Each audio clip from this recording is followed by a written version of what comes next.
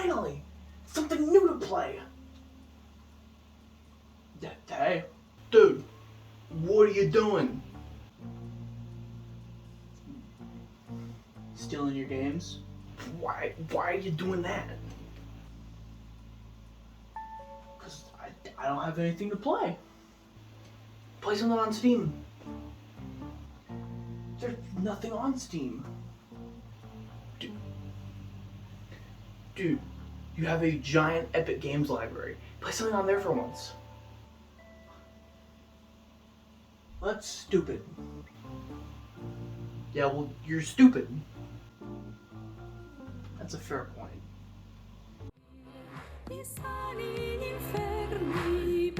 Saturnalia is one of those survival horror things that have been getting pretty popular in recent years. I don't know if you've heard about them. I'm not really well versed in the whole survival horror genre. I'm kind of a scary cat and I don't like playing new games, but Saturnalia does some pretty cool and unique things in my opinion. First of all, its structure is pretty unique.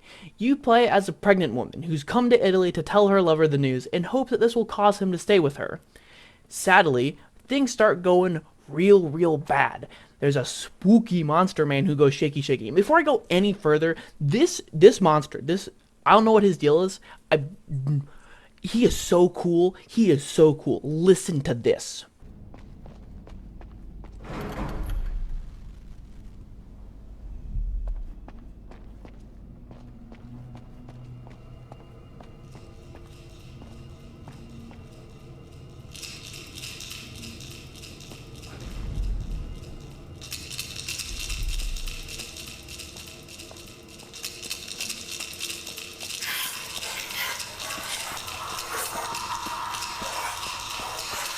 Can you tell where he is? Can you tell where he's coming from? Can you tell what's happening? No, you can't. It is insanely unnerving. This game has great art direction and great sound design. You're just wandering around, looking for clues, looking for items, just exploring, experiencing this quaint little town in the darkness, and then shaky. It's like, ah! It's great. It's wonderful. It is just amazing sound design. And it's one of the best parts about the game. One of the other really cool parts is what I mentioned previously. There is a lot going on in this game. You will spend a lot of time searching around for characters, for clues, exploring lots of different threads, just a lot to do. I was a little shocked when I started working on this video and I looked up how long this game was. It's 10 hours. It doesn't look like a 10-hour game, but it has 10 hours of content and I respect it for that. Another really cool thing is you play as multiple characters. Sure, you start off as, what's her name? Jane Saturnalia, that works, yeah, that's good. But later on, you meet up with more people who have their own little plot threads going on and their own gameplay mechanics too as well, which is pretty freaking sweet. What's really interesting is that when one of these characters gets captured by the monster, they get taken to this big evil Bernie place, and you have to save them. If you lose all of your characters, that's not good, is it, mate?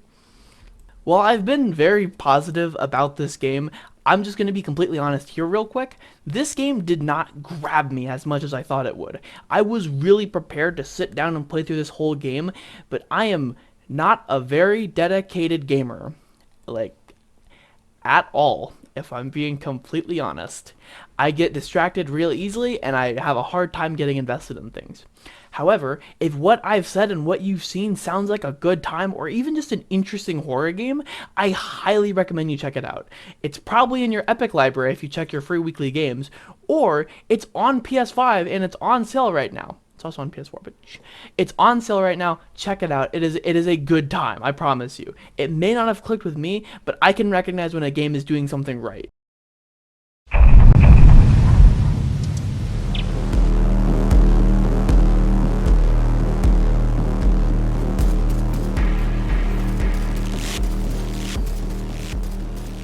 Second Extinction is a fairly simple game, to be completely honest, but that isn't necessarily a bad thing. You look at the title, you look at all the screenshots, and you get a pretty good gist of what's going on. To get started, let's talk about what you probably will like. The combat. It is smooth as butter, smooth as a baby's behind, smooth as a cough drop. Second Extinction as a base is a horde shooter, and a pretty competent one at that. If you don't actively play horde shooters, or you need a refresher as to what it means you shoot at hordes. There are good horde shooters and there are bad horde shooters, but the components of a good horde shooter are typically that the horde is actually interesting to fight, and that you feel like you're the coolest guy on earth when you shoot at them. Second Extinction fulfills these qualities pretty dang well. There's a good bit of enemy variety, even though they're all mostly raptors. You have electric raptors, poison raptors, raptors that you have to smack in the face, and then you also have some bigger mini bosses, and even, I believe, a couple of bosses. I've only fought one of them, and he was kind of a bitch, not gonna lie. But in general, Second Extinction is a pretty fun game if you like shooting things. It also has amazing movement. The game feels kind of awkward when you're just running around, which I honestly don't know why that is. However, in combat, you have some pretty good abilities. You can slide and you can strafe, like in every game ever, basically. But you can also do this little jump strafe, which is amazing for avoiding attacks. Sometimes when you're fighting bosses, it's closer in gameplay to a Souls-like than an actual horde shooter, dodging, memorizing attacks, and using your abilities to open them up. It's a lot of fun. Now, what you probably won't like is the mission structure. There are 3 game modes in Second Extinction. There's missions, where you go to a location and there's set pieces in a vague story tying things together. Usually it's kind of droll, if I'm being completely honest. There's an emergency landing mode, which is just holdout. You sit there and you survive as long as possible. My favorite mode, however, is this free roam expedition mode.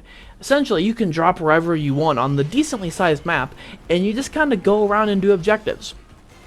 Now, while the objectives are nothing special, they are Ubisoft copy and paste, really. You activate a tower, you clear a place, you destroy this, you do that. It's very simple stuff. What makes it fun is that when you go on expeditions, your goal is building your research score. So you go around and you do different objectives to build up your research score. And then when you do, you get a higher star rating when you finally extract. By the way, extractions are really fun. They usually just throw a mini boss at you and just BAM! It's great. But when you do extract, you get much better rewards. You get better gear, you get better skins, emotes, stuff you can use to upgrade. It's honestly a pretty satisfying gameplay loop. Aside from the basic gameplay loop and structure of missions, there are a couple other things of note to talk about. Yes, there are skins, yes, there are emotes, but more importantly, there are classes.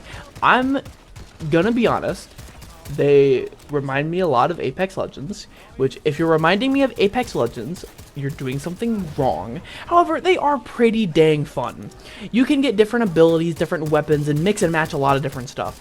Some classes do feel a lot better as a solo player. You can just tell they were made for co-op, which is fair. This is supposed to be a co-op game. However, I couldn't get anyone to play this game with, and soon that'll be an even bigger problem.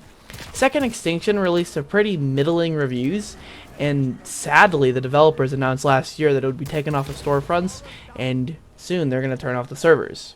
This is pretty sad. I don't know why it got such a bad reception. It was a pretty fun game. I honestly don't know what went wrong. I don't know if it was budget or something like that, but yeah. A lot of people feel like the developer scammed them out of their money, which is fair. It is $25 for what frankly is kind of light on content. If you have this game in your Epic or Steam library just collecting dust, I would suggest you pick it up and play it for a little bit. With friends or not, honestly, it's a pretty chill game to play by yourself. I am hopeful that something might happen to keep this game up and running, or maybe someone else can take it and get community servers or something like that.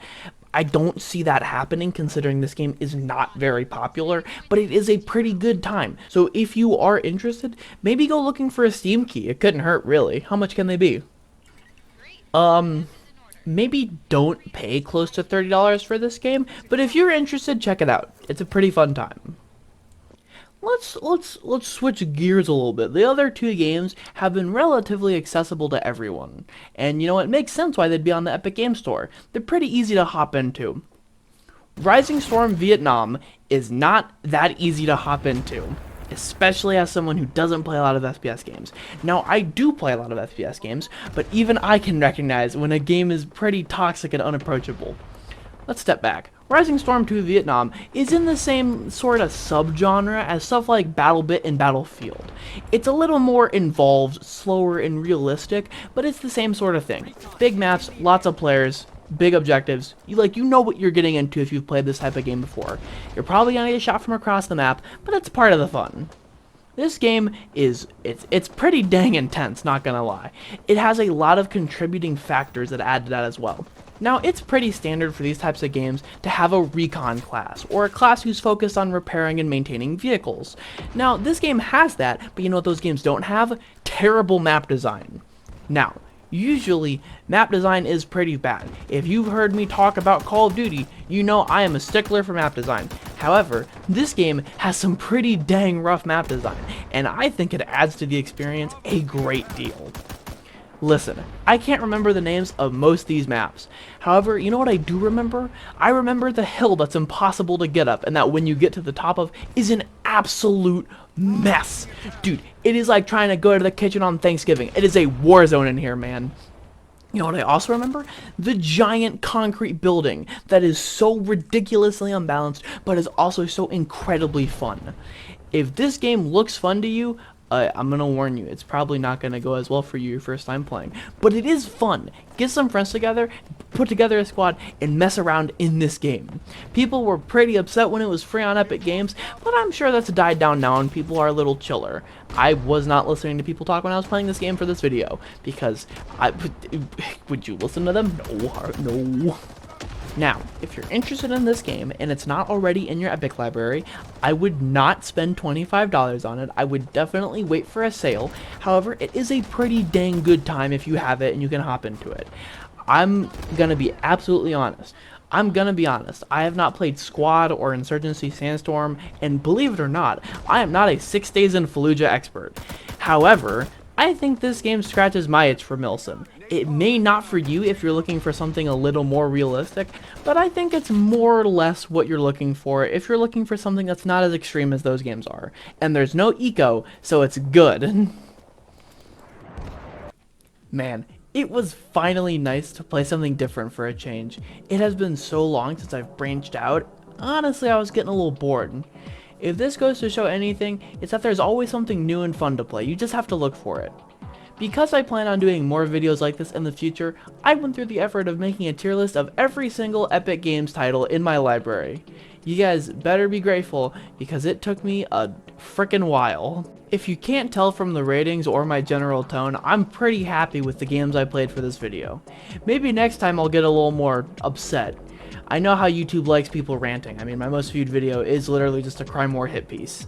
Hope you guys have a wonderful time. Make sure you like and subscribe if you enjoyed the video. There's more to come like this. Have a great day.